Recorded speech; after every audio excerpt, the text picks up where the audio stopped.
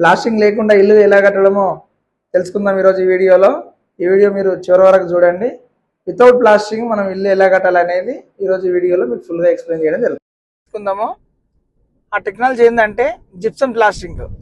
Gypsum plastering వల్ల ఉపయోగాలు ఏంటి, క్లాసెస్ ఏంటి, దాని యొక్క పర్ఫార్మెన్స్ ఎలా ఉంటుంది అనేది మనం డైరెక్ట్ మనం ఓనర్ రివ్యూ అనేది తీసుకుందాము.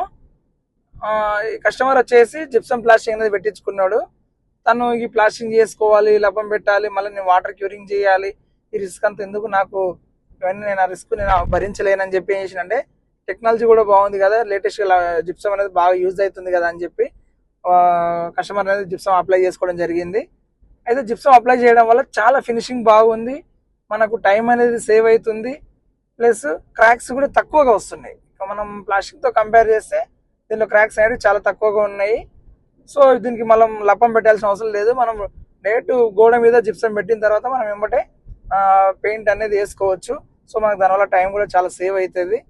ఈ జిప్సం అనేది ఇంపోర్టెడ్ అండి, మనకు బయట నుంచి ఇంపోర్ట్ అయ్యి వస్తుంది. ఇది కొంచెం ప్రొఫెషనల్ స్కిల్ వర్కర్సే చేస్తారు. బట్ ఈ టెక్నాలజీ అనేది చాలా బాగుంది.